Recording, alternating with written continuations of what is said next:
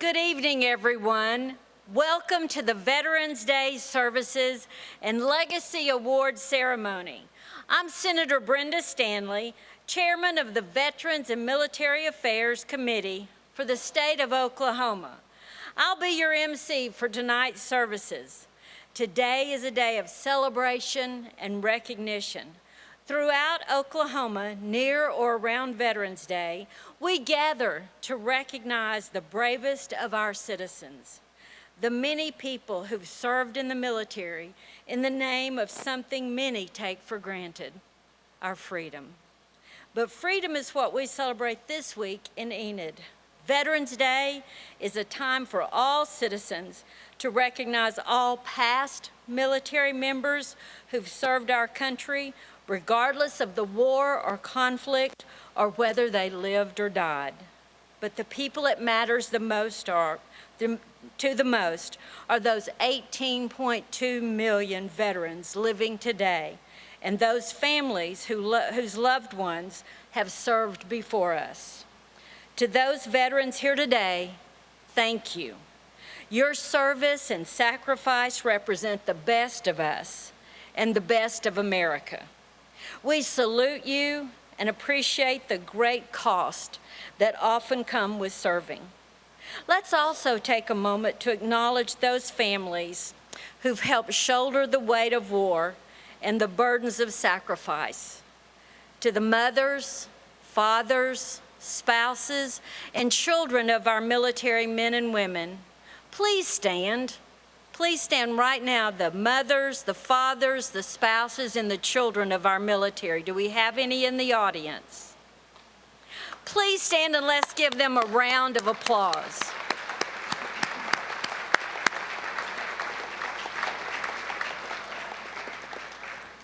I'm proud to be part of the Celebrate Freedom Week in Enid. Enid leads the way in honoring and remembering our military and veterans. With that, I'd like to introduce the mayor of this great city, the Honorable Mr. David Mason.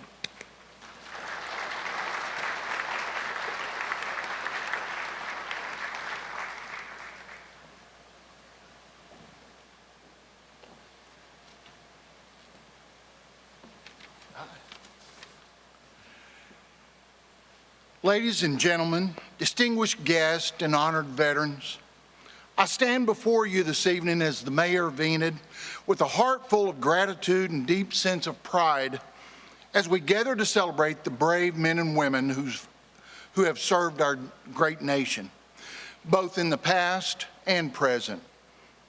On this Veterans Day, we come together to express our sincere thanks, our admiration, and our respect for their unwavering dedication, fortitude, and courage. Enid is a community that understands the true meaning of sacrifice. We are privileged to be the home of Vance Air Force Base. For decades, Vance has been a cornerstone of our city, a place where the spirit of service and commitment to excellence thrives. It is a source of immense pride for our community, knowing that this is the base that has played a pivotal role in shaping the destiny of thousands of aviators who have gone on to defend our freedoms and the freedoms of those who could not stand up to tyranny around the globe. Your service has not gone unnoticed or unappreciated. Your sacrifice, dedication, and courage inspires us all. You have kept the flame of freedom burning bright, ensuring that the United States remains the greatest country in the world.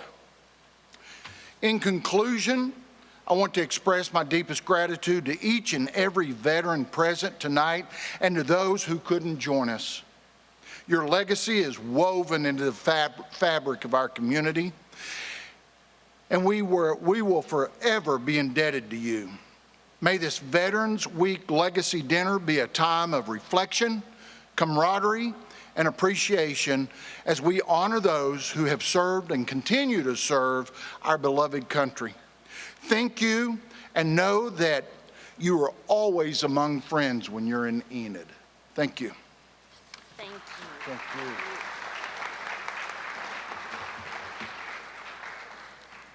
Thank you, Mayor Mason, for that warm welcome. Ladies and gentlemen, for those that are able, please stand as First Lieutenant Christopher Gilmore, chaplain at Vance Air Force Base, brings our opening prayer.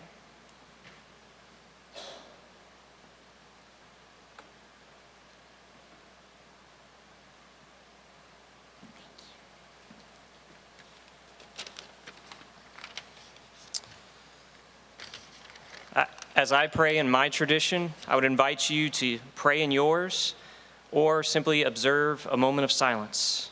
Let's pray.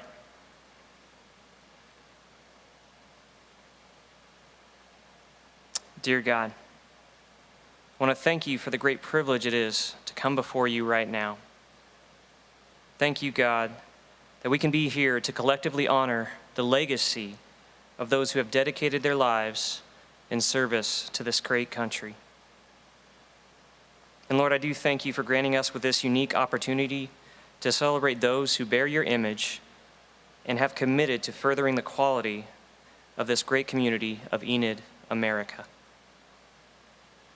I personally want to dedicate this time to you, Lord, as we commemorate and most importantly remember that freedom is not free. We know that freedom takes sacrifice, and Lord, we do thank you for the sacrifices that we remember and are represented here. The sacrifice of time spent away from family, from home, from country. And now I ask, dear Lord, for your guidance for those who will be speaking, presenting, presiding over the rest of this ceremony. And lastly, thank you once again, God. Thank you for the great honor it is to talk to you, to celebrate you, and to honor those whom you created in your image and their contributions and service to these United States. And I pray these things in your name, Lord. Amen.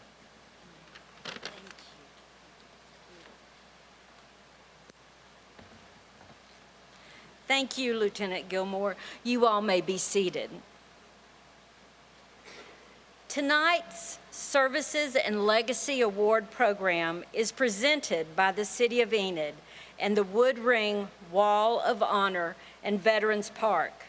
We hope you enjoy the awards presentation and the World War II themed gala that follows. With that, let's welcome Talk of the Town as they pay tribute to our armed forces. If you hear a song that's near and dear to your heart, please stand.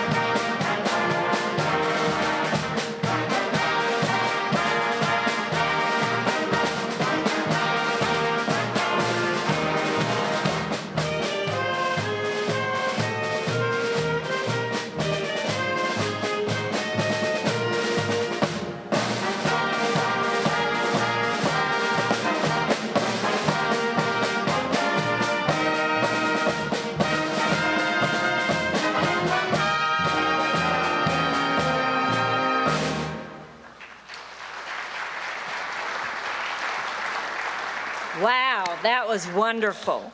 To the veterans and active duty service members present, we are grateful for your service, sacrifice, and dedication to our country. Thank you, Talk of the Town, for that great rendition of our military service songs. Please stand as the airmen of the Vance Air Force Base Honor Guard present our colors, followed by the national anthem by the Talk of the Town.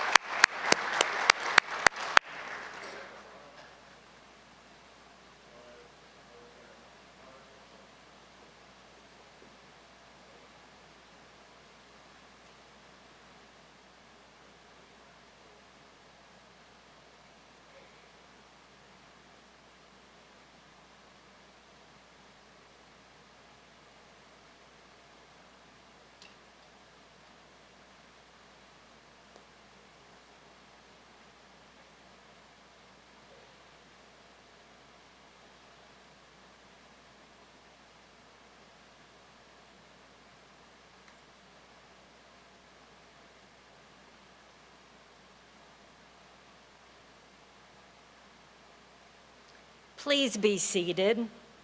At this time, I'd like to take the opportunity to introduce our additional distinguished guests for the evening. Mr. Grant Moak, Honorary Consul of France. Mr. David Mason, Mayor of Enid. Lieutenant Colonel Don Allen, U.S. Army Special Forces, and our keynote speaker. First Lieutenant Christopher Gilmore, Chaplain, Vance Air Force Base. Legacy Award presenters, Gerald Gilbert, U.S. Army and City Manager of the City of Enid.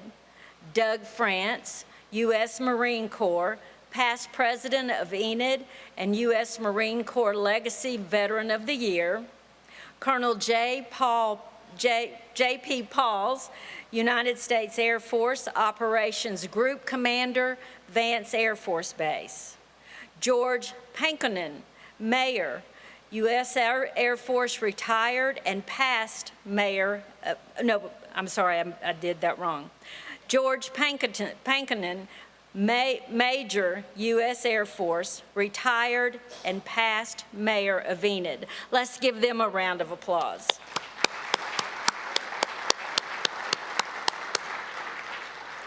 I'd like to recognize the board members of the Woodring Wall of Honor and City of Enid Commissioner.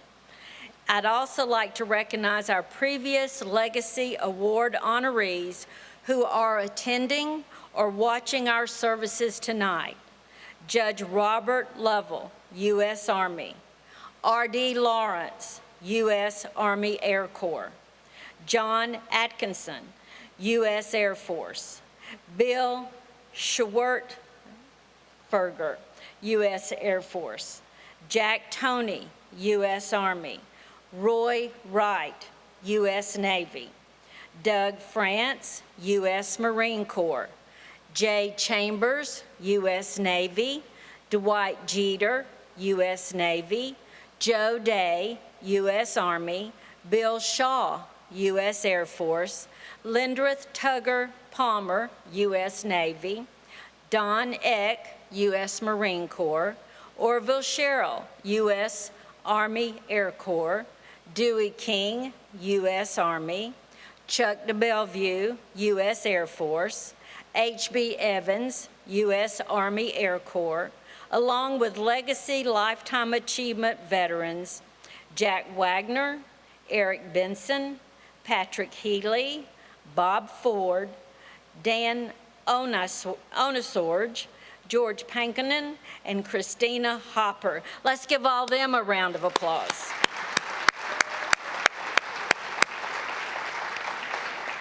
And you all, I've got to recognize my good friend in the Senate. He's here tonight.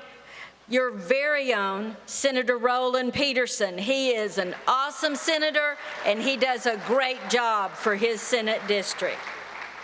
We're here today on this Veterans Day observance for the City of Enid to remember our United States Armed Forces, our nation's finest and bravest men and women. Since the times of George Washington, more than 42 million men and women have put on a uniform and taken an oath to defend our country. So this is a day we can and should talk about heroism and sacrifice. And if you flip through our nation's history books, you will be inundated with accounts of bravery that still resonate deep within us decades later. There is no doubt that our veterans have paved the way for our military's reputation as the finest fighting force in the world, both in strength and in character. Tonight, we pay tribute to several statewide veterans who have been nominated by their family or peers for outstanding service to their communities, state, and nation. I'd like to ask Colonel Gerald Gilbert to introduce the Army Legacy Veteran of the Year.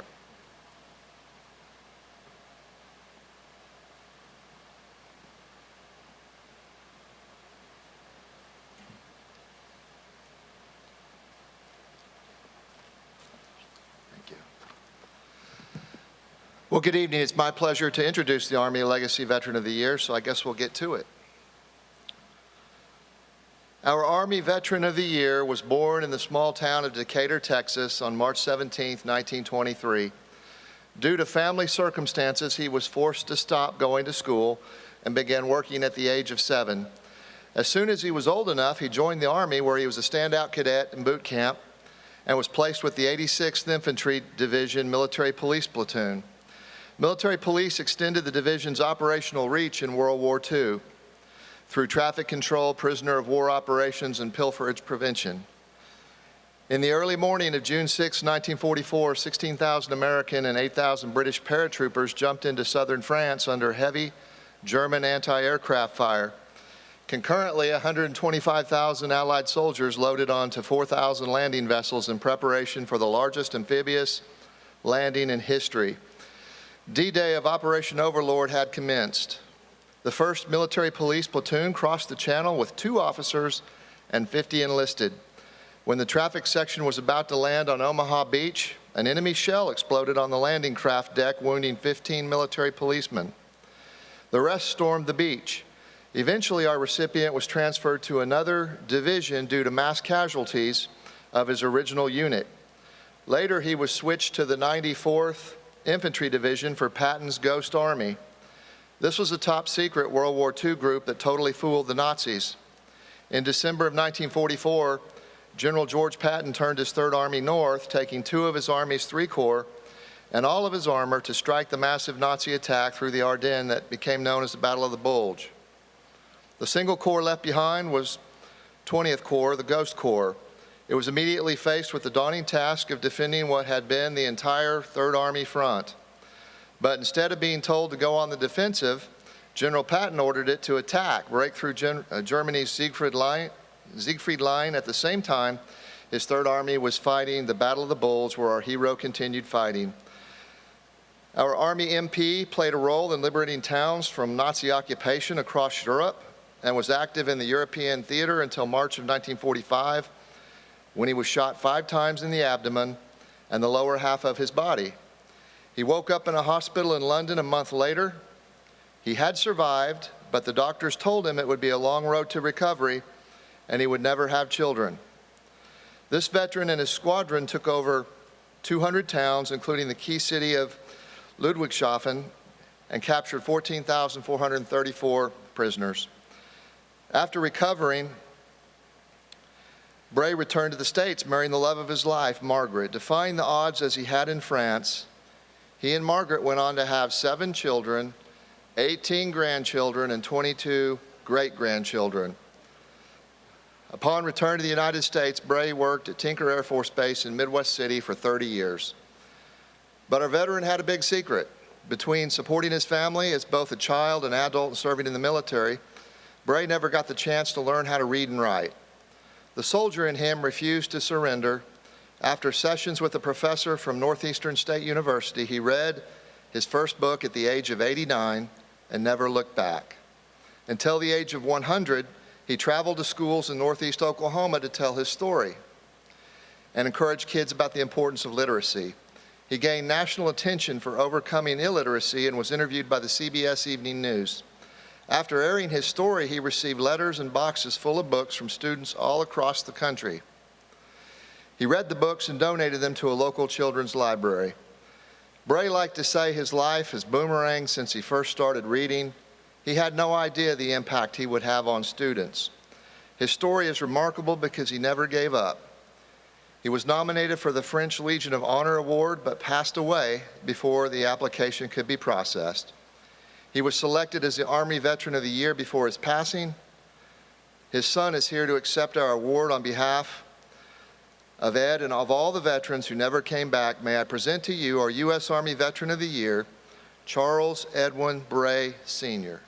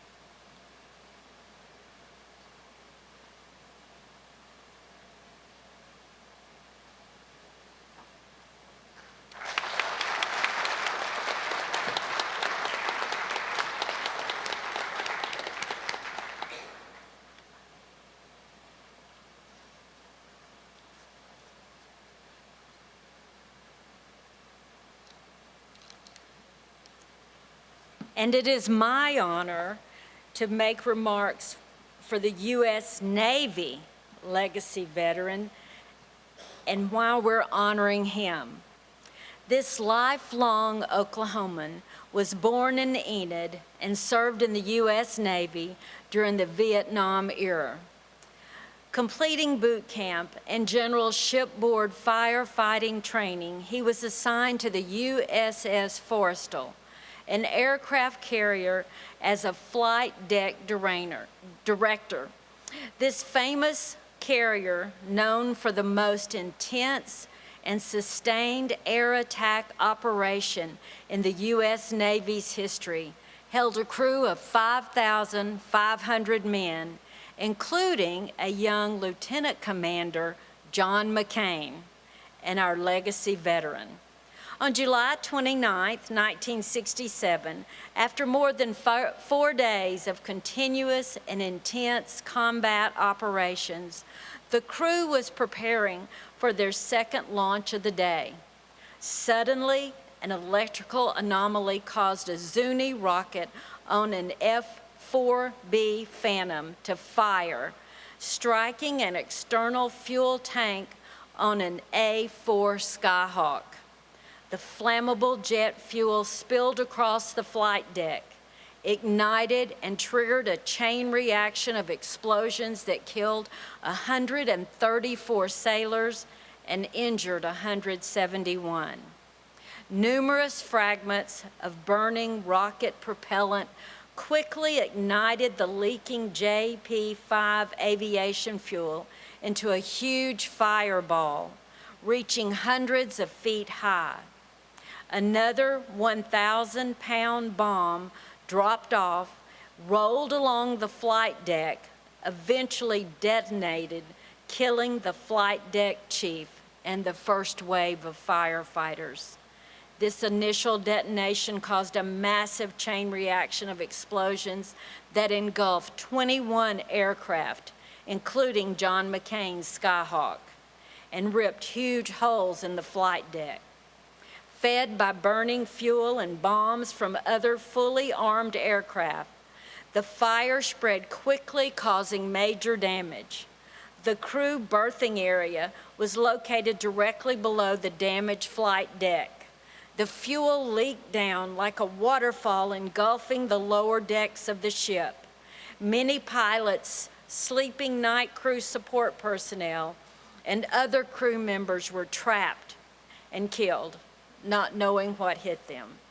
Our U.S. Navy Legacy Veteran of the Year took up the challenge and heroically fought the fire, disposed of armed bombs, jettisoned aircraft over the side of the ship.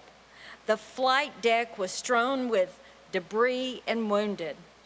Through their efforts, the fire on the main deck was brought under control in 1 hour. Many other fires raged throughout the day and into the night. After 13 hours of firefighting, our Legacy veteran and his team extinguished the fires and saved their ship and countless lives.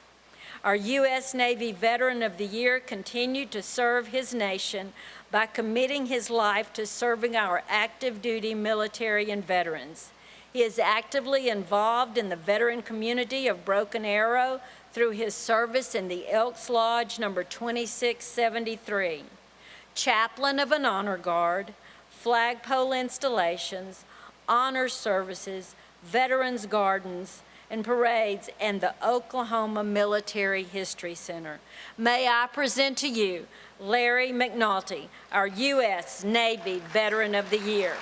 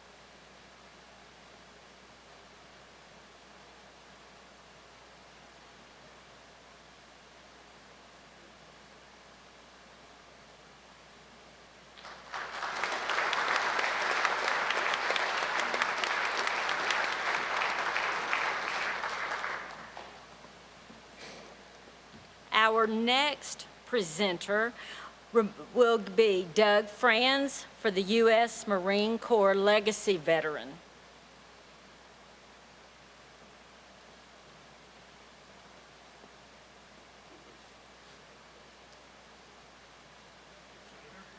Hello. I hope my stuff's here. It's right here. Nope. No, it's not either. Is that yours? Nope. This is mine. Oh, that's yours. It's yours.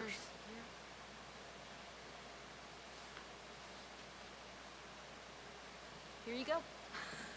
Thank you. Thank you, Scott.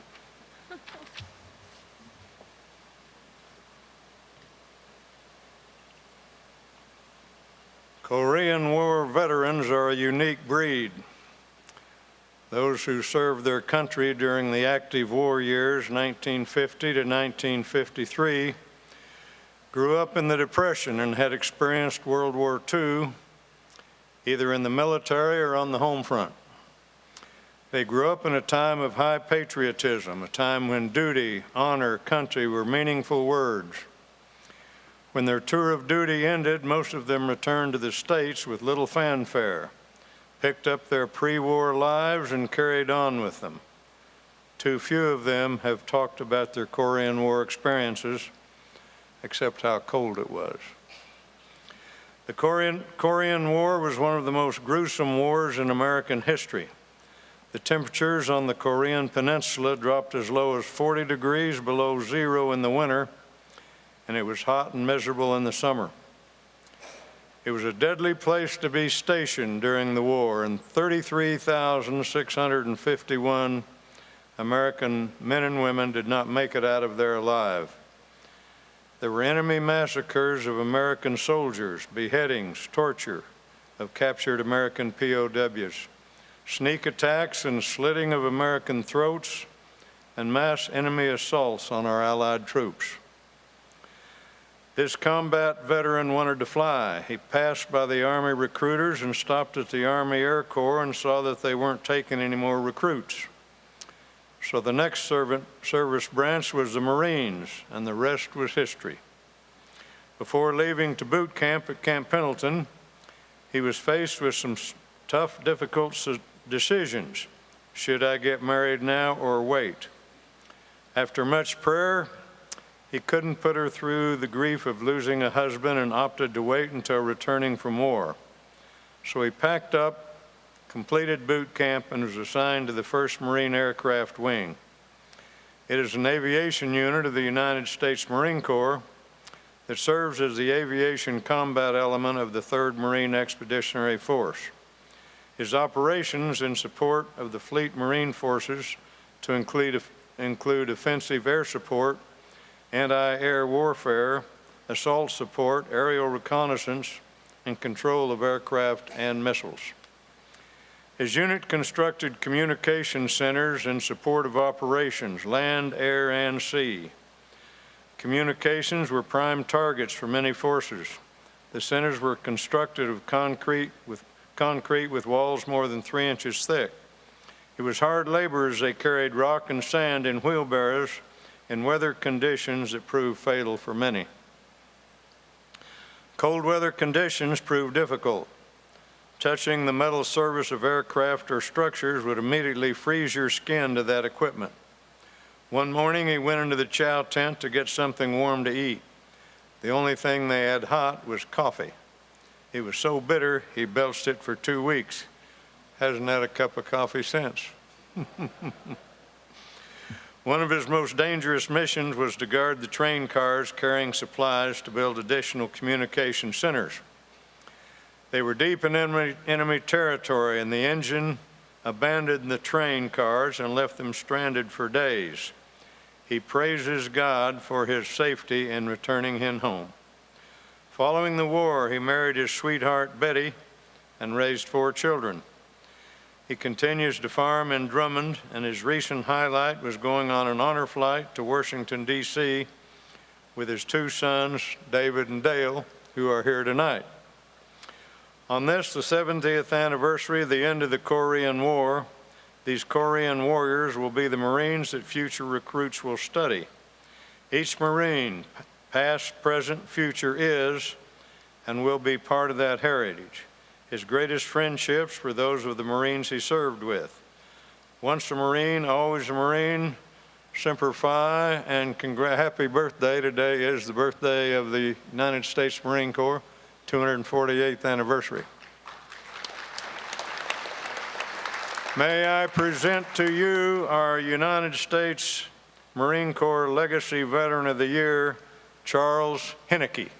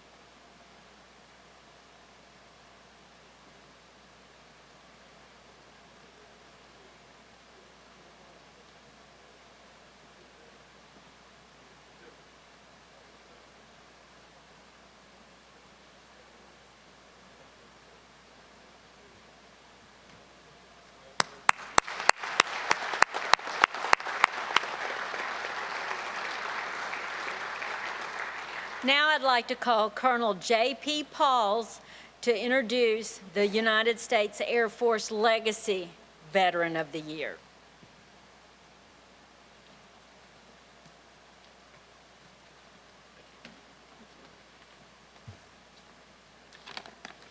Well, good evening, everyone. It is my distinct pleasure to introduce our Air Force veteran this evening, Brigadier General retired Ben Robinson. General Robinson was born in San Antonio, Texas on July 22, 1947. His father was in the U.S. Army Air Corps, which soon became the Air Force. And as a child, Ben was exposed to the military life, living in Florida, Virginia, Texas, and New Mexico. He also lived in England. General Robinson considers Clovis, New Mexico his hometown and attended Clovis High School, where he was inducted into the Hall of Honor in 2012. He attended Eastern New Mexico University and was the Outstanding Alumni of the Year in 2010. General Robinson entered the U.S. Army in February 1969. After basic training, he attended U.S. Army helicopter pilot training in Fort Walter, Texas, and Fort Rucker, Alabama. He then served as a warrant officer and a helicopter aircraft commander flying Huey and Chinook helicopters in Vietnam in 1970 and 1971. He was discharged from the U.S. Army when he enlisted in the Air Force in January 1973. General Robinson received his U.S. Air Force commission from the Officer Training School in March 1973. He then attended his second military flight training program. This time it was the Air Force's undergraduate pilot training at Laughlin Air Force Base, Texas. Following pilot training, he was assigned to the B-52 at Ward Smith Air Force Base, Michigan. In almost 34 years of military service, General Robinson accumulated almost 5,000 flight hours in a wide variety of Army and Air Force aircraft. His favorite aircraft were the Huey, Chinook, and the Jolly Green helicopters. During his Air Force career, General Robinson commanded the U.S. Space Command's Space Defense Operations Center at Cheyenne Mountain Air Station, Colorado, the 552nd Operations Group at Tinker Air Force Base. This is the organization responsible for airborne warning and control, or AWACS, missions, and the 93rd Air Control Wing at Robins Air Force Base in Georgia. Additionally, he was the vice commander of 8th Air Force at Barksdale Air Force Base, Louisiana, and concluded his distinguished career as the 552nd Air Control Wing commander at Tinker Air Force Base, Oklahoma. Over the course of his time in service, General Robinson served in the Vietnam War, the Cold War, counter-drug operations, Operation Northern Watch and Southern Watch, Operation Uphold and Maintain Democracy, Operation Joint Endeavor, Operation Allied Force, Operation Noble Eagle, Eagle Assist, and Operation Northern Denial. General Robinson considers his time with the 552nd Air Control Wing during the 9/11 attacks as his most remarkable and memorable assignment. In the wake of 9/11, his wing flew 24/7 operations for 9.5 months, protecting America from further attacks. During this same period, he commanded a combined AWACS task force consisting of both NATO and U.S. Air Force aircraft. His wing also led the first attacks against terrorist forces in Afghanistan. General Robinson retired from the Air Force at Tinker Air Force Base, Oklahoma on October 31, 2002, after 33 years and 10 months of distinguished service in the United States Army and the United States Air Force. After his retirement, General Robinson worked for the Boeing Company in Seattle, Washington, Anaheim, California, and Oklahoma City, Oklahoma. He then founded Century One LLC, an aerospace consulting company. In 2019, he was selected by Oklahoma Governor Kevin Stitt to be the Secretary of Military and Veterans Affairs for Oklahoma. General Robinson served in this position for 33 months and considered it to be one of his greatest opportunities. General Robinson married Linda Sue, a native of Shawnee, Oklahoma, in 1982. They currently live in Oklahoma City and have 4 children, 10 grandchildren, and 3 great-granddaughters. He is a board member on many education and veterans supporting organizations, including the USO. He is also a docent at the National Cowboy and Western Heritage Museum and loves to provide tours of the facility to the local community. Ladies and gentlemen, it is my honor to introduce to you tonight's Air Force Legacy Veteran, Brigadier General Ben Robinson, United States Air Force retired.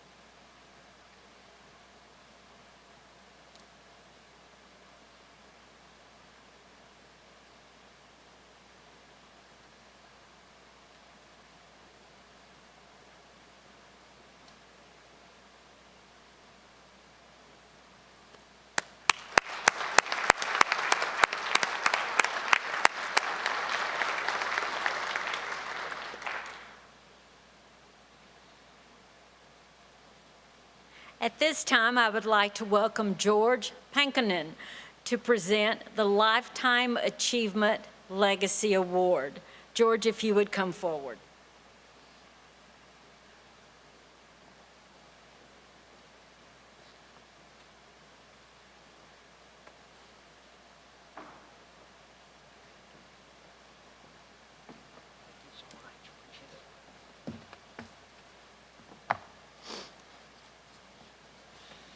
All right. It's my honor to do the Legacy Award winner for the Lifetime Legacy Veteran at this time. So let me read. The 189th Field Artillery Regiment was constituted in the National Guard in 1921, assigned to the 85th Field Artillery Brigade, 7th Corps, and allotted to the state of Oklahoma. The 189th fought in Sicily, Italy, France, and Germany during World War II, receiving the Presidential Unit Citation for action on Salerno beachhead. The battalion was recalled to active duty in 1950 with the 45th Infantry Division and fought in Korea. Our Lifetime Legacy Veteran of the Year began his commissioned service with Oklahoma Army National Guard with an assignment as the Reconnaissance Survey Officer with HHB 1st Battalion, 189th Field Artillery. He served as a Fire Detection Officer in Battery B and Battery A before becoming the HHB Commander in 1995. Over the next 20 years, our legacy veteran served in various command and staff assignments with the 158th Field Artillery Battalion and the 45th Field Artillery Brigade. For 3 years, the unit headed the High Mobility Artillery Rocket System and deployed to Iraq for Operation Iraqi Freedom. Upon return from deployment, our recipient was assigned as the Brigade Executive Officer, 45th Fires Brigade, and promoted to Lieutenant Colonel in 2010, where he served until selected for battalion command. He served as battalion commander for 1st Battalion, 158th Field Artillery. Upon change of command, he was assigned to the Joint Force Headquarters Command Group as the executive officer and promoted to colonel in the Army Chief of Staff position. Our lifetime legacy veteran served as a field artillery officer in the Oklahoma Army National Guard for 33 years. He retired in May 2019 with his last assignment as the commander of the Camp Gruber Training Center near Braggs, Oklahoma. With degrees in accounting and economics from Oklahoma State University and a master's in business administration from Phillips University in Enid, Oklahoma. This certified public accountant is known for both his military service and community service in Enid.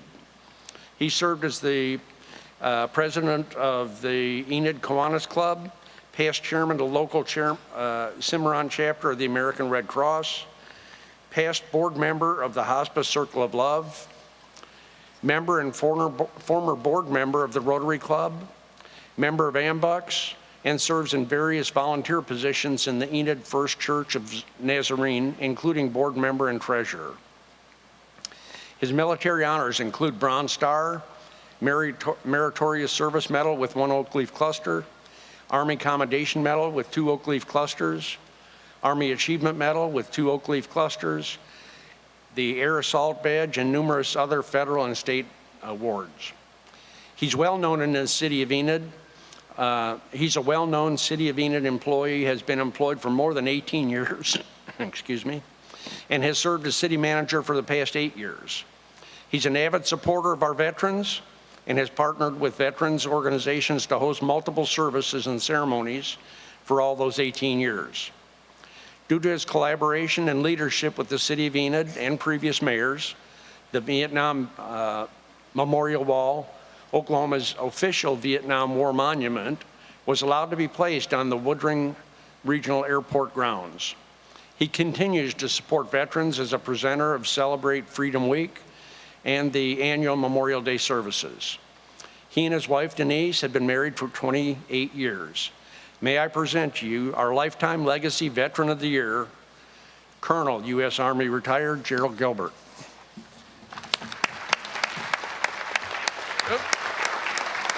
Thank you, great job. Yep.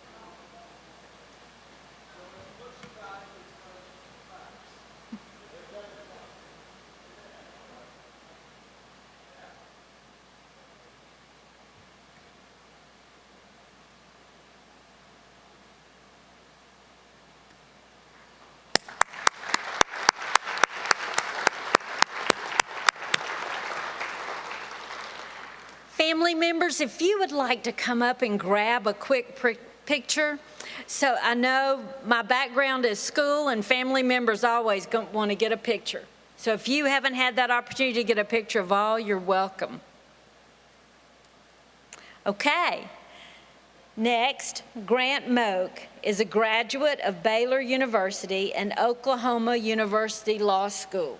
He currently serves as Assistant Attorney General for the state of Oklahoma and is a member of the Governor's International Team.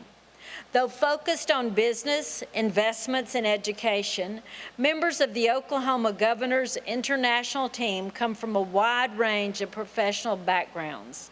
Assistant Attorney General Grant Moak is one of those individuals who, in addition to his work for the Attorney General's office, also serves as the French Republic's honorary consul in Oklahoma. He has studied and served abroad in France and will be presenting that country's highest decoration, the Medal of Chevalier, Knight of the French National Order of the Legion of Honor, to World War II veteran and Billings resident, H.B. Evans. Ladies and gentlemen, please join me in welcoming Grant Moak, Consul of France. He is zooming in. So, okay, Grant, ready.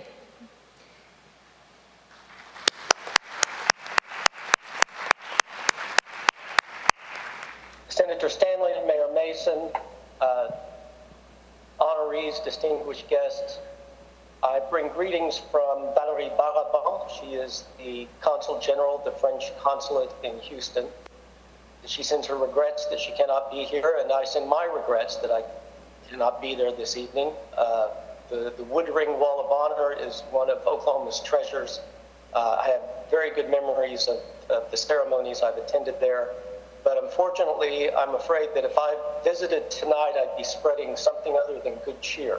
So I am consigned to my home while I'm recovering from a really, really nasty cold. I apologize, I'm not able to be there. It is an honor to be here virtually, at least, and to pay tribute to an amazing person, Mr. Harold B. Evans. First, let me tell you a little about the French Legion of Honor. It was established in 1802 by Napoleon Bonaparte when he was the first consul of the First Republic of France. It was created after the old aristocratic order had been abolished during the French Revolution. The Legion of Honor was created to recognize merit, to reward people for services rendered, not simply because of the station of their birth. The Legion of Honor has remained in existence since 1802, and it remains France's most distinguished decoration. And today, I'm very honored to be able to present this medal to Mr. Evans. Harold B. Evans served as a flight engineer in the 93rd Bomb Group of the 8th Air Force during World War II. He flew B-24 bomber missions over France, Germany, the Low Countries, and Romania, targeting harbors, power plants, engine repair works, and other strategic targets. On October 9th, 1942, the 93rd attacked railroad, steel, and engineering works in Lille, France, and despite heavy German resistance, struck severe blows to enemy shipping communication. B-24 bombings played a key role in disrupting the German transportation system in the weeks leading up to D-Day. More than 13,000 bombs were dropped near Omaha Beach, targeting gun emplacements, choke points, and bridges, thus softening German defenses and preventing the enemy from rapidly transporting reinforcements to Normandy after the Allied landings. The 93rd also played a key role in attacking the Ploiești oil fields in Romania, which was a major source of petroleum for the enemy forces. For that, the 330th Squadron received the Distinguished Unit Citation. The 93rd also attacked troop concentrations in northern France during the Saint-Lô breakthrough, transported food, gasoline, water, and other supplies to the Allies advancing across France, dropped supplies to airborne troops in Holland, struck enemy transportation and other targets during the Battle of the Bulge. After 22 missions, Mr. Evans' plane was shot down and he parachuted out. He was smuggled across Europe by the French underground and returned to England. After he returned home to Oklahoma, he used his GI Bill to complete his education at Oklahoma A&M University, Oklahoma State, graduating with a degree in ag education. He was a veterinarian, taught agriculture, became an agriculture leading officer, and retired as a bank owner in Billings. He married the love of his life, Maxine, and raised 3 children. I mentioned earlier about the French Legion of Honor. A few years ago, it was opened up to veterans of Allied forces for their contribution to the liberation of France in World War II. And as you can see, Mr. Evans played an important role in that liberation. And today, in addition to the many accolades he has received, a grateful nation, France, is presenting him with its Distinguished Legion of Honor, thanking him for his contribution to France's liberation. And Mr. Evans, if I might add a little personal note, you and your generation, if I might say, all of us who are here today have benefited from the contributions that your generation has made. When you think about what your generation went through, you survived the Great Depression, you won a world war, and after the war, you did something really remarkable. You embraced former enemies and helped transform them into functioning democracies and allies. You turned enemies into allies, and you created international alliances that have protected us from a third world war ever since. All of us who have followed your generation owe you and yours a debt of gratitude that we cannot repay. And today, grateful nation France expresses its gratitude for your contribution to its liberation. Mr. Evans, if you would, I'm sorry I cannot see the stage, but if you would please stand, and I believe Mr. Lawrence, R.D. Lawrence, also a Legion of Honor recipient, is going to assist.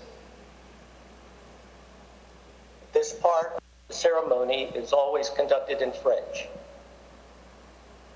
And are we in a position for Mr. Lawrence to present the medal? We're almost there. Okay.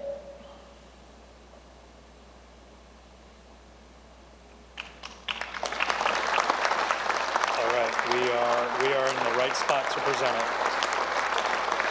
Okay. Carl B. Evans, au nom du président de la République, nous vous remettons les insignes du Chevalier de la Légion d'honneur. If you would, Mr. Lawrence, please present the medal to him.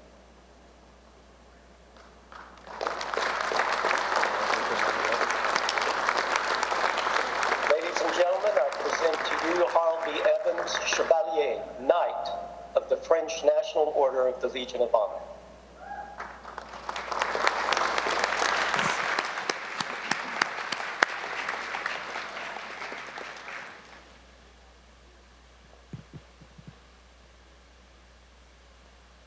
Such a great night.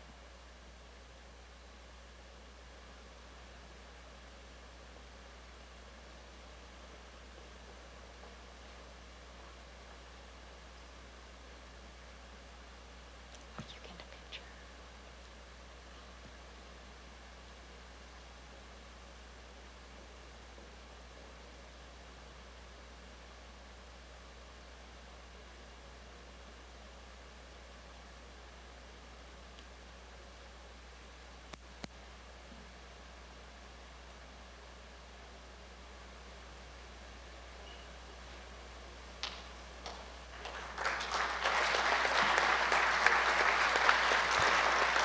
We have two people that are over 100 years old that have received French Legion honorary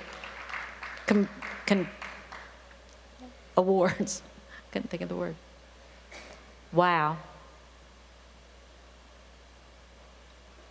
Such a great night.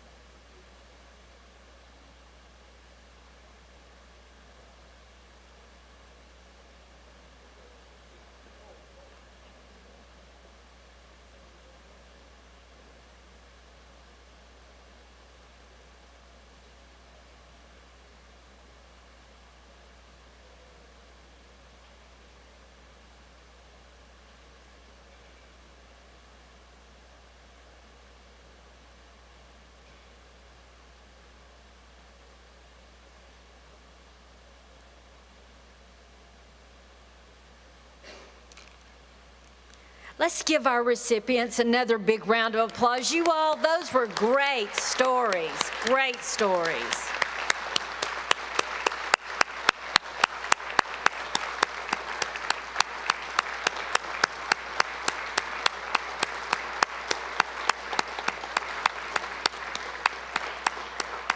Thank you.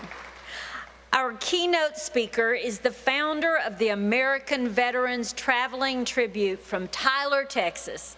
The AVTT was originally formed in 1998. After several owners, it was purchased and reformed in 2005 by retired Lieutenant Colonel Don Allen, U.S. Army and Vietnam Special Forces veteran, and his wife, Dr. Barb Allen. When Lieutenant Colonel Don Allen retired from the Army, he had a calling that drew him to doing something for fellow veterans. He utilized his talents in the very beginning as a one-man show of fabrication, marketing, and scheduling, which has grown into a multi-million-dollar tribute to both Vietnam and modern-day warriors. His traveling tributes and permanent walls provide education to current and future generations while serving our nation's veterans. Please welcome Lieutenant Colonel Don Allen to the stage.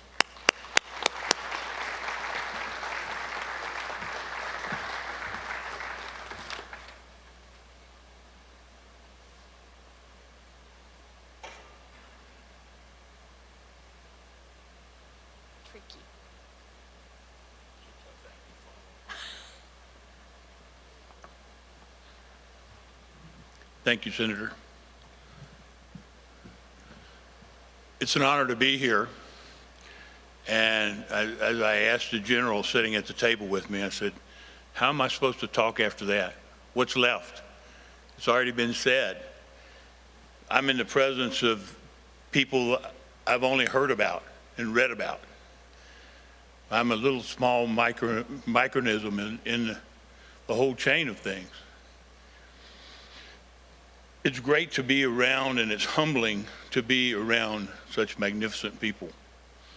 People that genuinely care, that demonstrate it in so many ways, but mainly in the way of just living their life. We're not anybody special.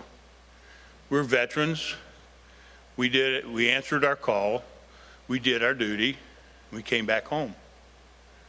And that's the most anybody should ever expect from us. What we expect more from ourselves. Each and every one of us have a duty to give back, to give down, to give up, to give sideways, to just give. And mainly that's giving of yourself. I don't know, I'm supposed to talk about the wall or something. And I'll get to that, I promise. But she only gave me 5 minutes. So, this, to me, tonight, is the epitome of a great career.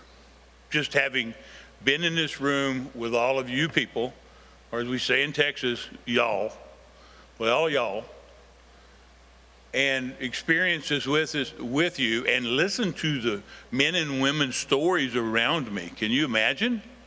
You couldn't make this up. You couldn't write a book about it. You're truly a blessed people living in a blessed land, and I hope you know that. We all are. So, I just had to say that. It's overwhelming. Yeah, so it's 10 years later, I'm here, and I still can't say no to Elaine. So here I stand. I said, what am I supposed to talk about? She said, well, tell us all about all the good things that have happened since you sold the wall to Enid, Oklahoma. I could go on for an hour, but the point is, it changed our whole way of looking at things. It changed our whole dynamic. We're still particular about who we deal with, and particular about where we want to put a wall. We're not going to Walmart parking lots, nothing against Walmart. We're going to only go to places that we select and places that we know are going to use the wall and the tributes that we build for the future. You know, we have a mission of honoring every veteran that served. That's our mission. And we do that by honor, respect, and remember every veteran and their family's sacrifice. But we also have another element to that. The other element to that is we have to educate for the future. And we work very, very hard at that.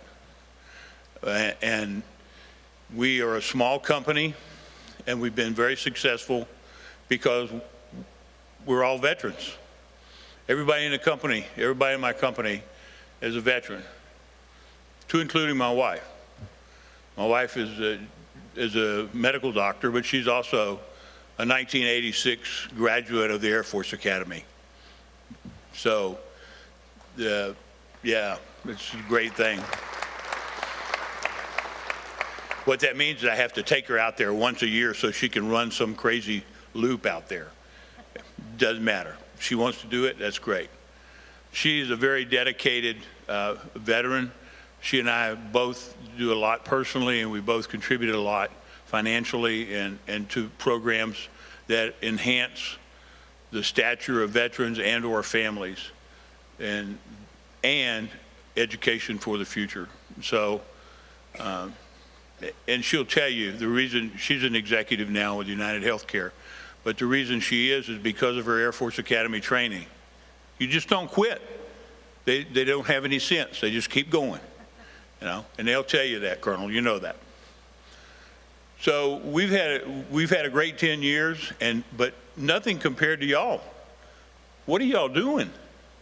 I mean, is this the epicenter of veterans of the United States?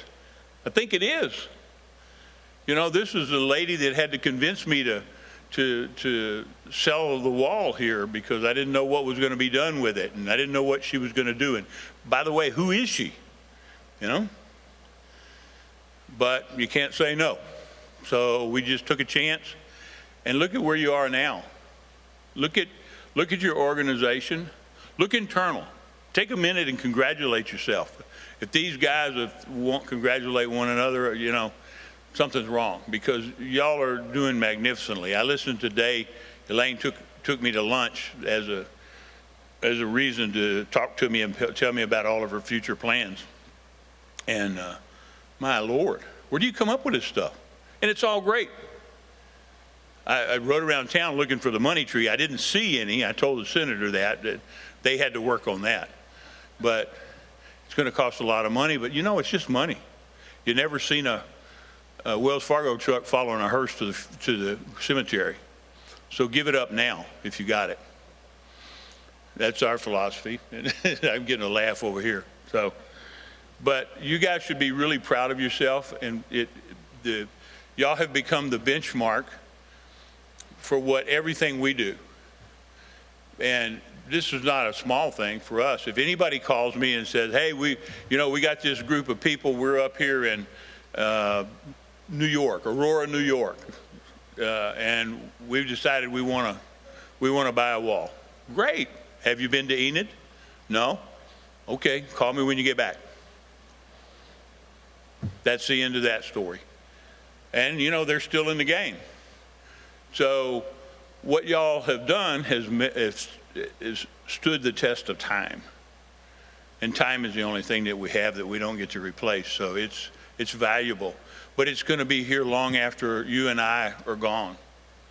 It's this remarkable achievement by your organization and by Elaine, and I'm going to give her credit for it. I know there's a lot of people in the background, just like there's a lot of people that made all this happen tonight, and we need to thank them all. But somebody has to be the prime mover. Somebody has to be the champion for what's being done. And she hears it all the time from me, but she's a champion. She knows what she's doing.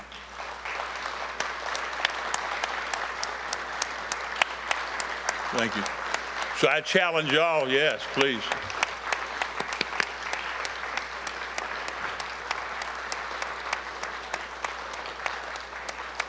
Thank you. So now that makes the ball in your court. Once you got up and clapped, that's it. You own it.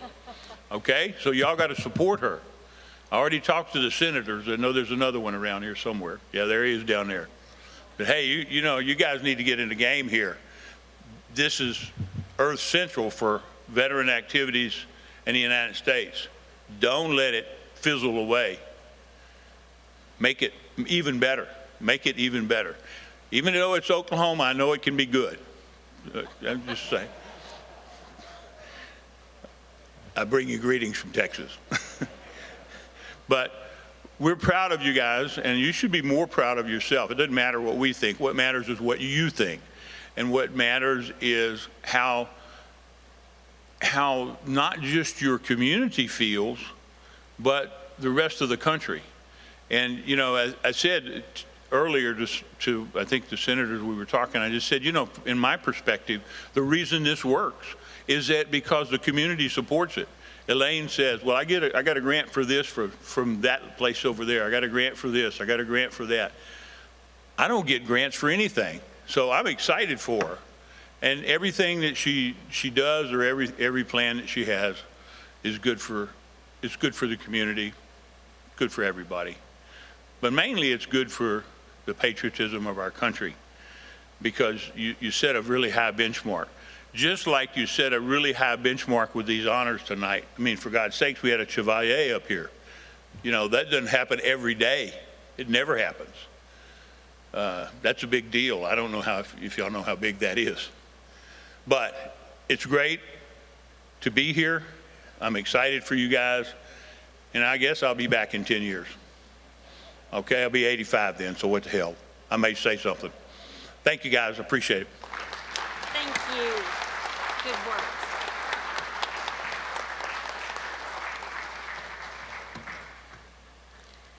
Thank you, Lieutenant Colonel Allen. I'd like to ask Scott Morris, Assistant City Manager for the City of Enid and a veteran himself, to give a special presentation to our Vietnam veterans.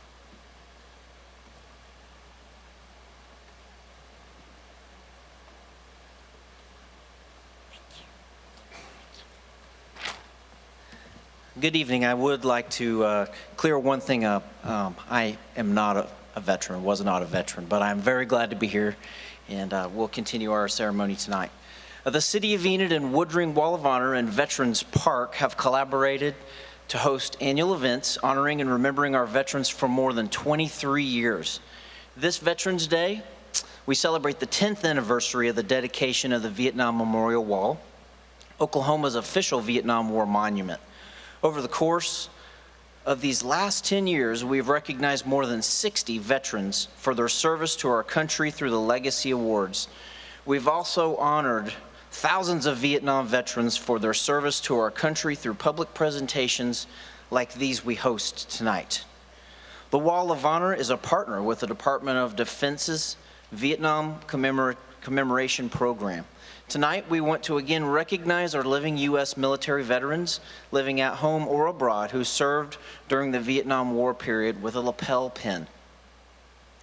Any veteran who served on active duty in the U.S. Armed Forces at any time during the period of November 1, 1955 to May 15, 1975, regardless of location, are eligible to receive one lapel pin. There is no distinction between veterans who served in country, in theater, or who were stationed elsewhere during the Vietnam War period. All were called to serve. If you served during this period of time and have never been part of this pinning ceremony, please stand. The Wall of Honor board members will present you with a lapel pin. We ask that your spouse, friend, or person next to you will assist in this honorable service. Please take the lapel pin out of the box and take the clip off the back of the pin and hold it in your hand and show the front of the pin to your veteran. There are several of these boxes on tables if you need to find one.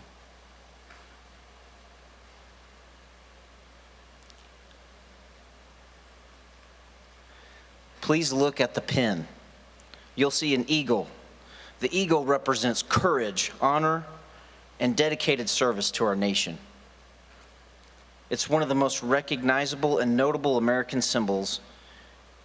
It is emblazoned on numerous military insignia. There's a blue circle around the eagle. The color blue matches the canton on the American flag and signifies vigilance, perseverance, and justice. The circle shape and the blue color also match the official seal of the commemoration. There is a laurel wreath on each side of the pin. It is a time-honored symbol representing victory, integrity, strength. If you look close, you can see stripes behind the eagle. They represent the American flag.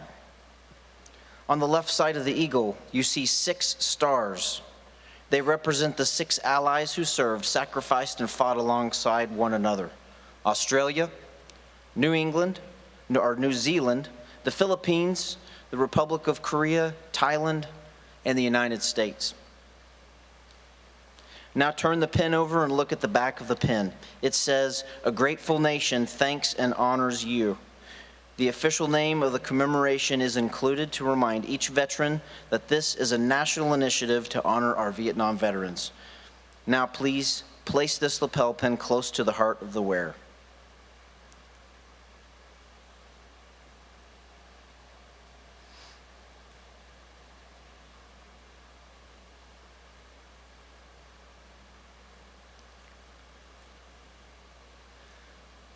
We know that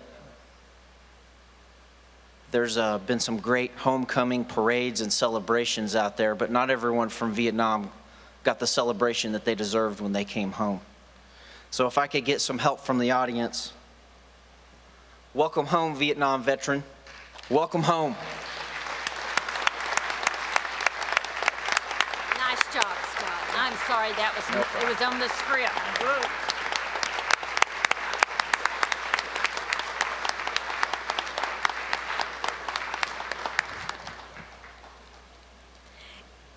Isn't it great to be in Enid, Oklahoma tonight? Thank you, everyone. I'd like to introduce our governor, Kevin Stitt, to leave you with these parting thoughts. I wanted to thank you for coming out tonight for this Legacy Award ceremony. Incredible heroes are being honored tonight. I wish I could be there with you in person and see all my friends in Enid. The stories of the Oklahomans being recognized will inspire us for generations. From service in World War II, in Vietnam, here on the home front, and everywhere in between, I thank tonight's honorees and all of our veterans for their sacrifice. I also want to recognize the families of our veterans. My son recently joined the Oklahoma National Guard, and as governor, I will support and honor our military and our veterans every step of the way. Thank you again for coming tonight. To our veterans, thank you for everything you've done to protect and defend our freedom. May God bless you, and God bless the great state of Oklahoma.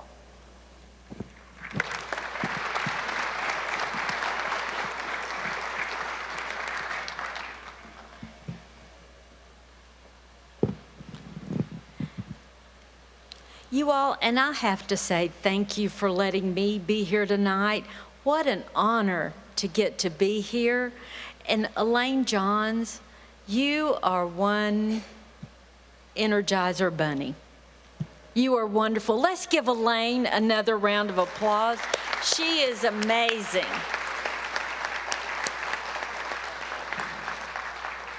Veterans Day isn't just a day for veterans. It's a day for all Americans. It's a day to remember why they served, and a day for all of us to begin our journey of protecting our freedom and the freedom of many future generations. Thank you for honoring our veterans and their families today. Let us walk toward tomorrow, still honoring them by living in the freedom they protected. Good night, and may God bless the United States of America. Thank you all for being here.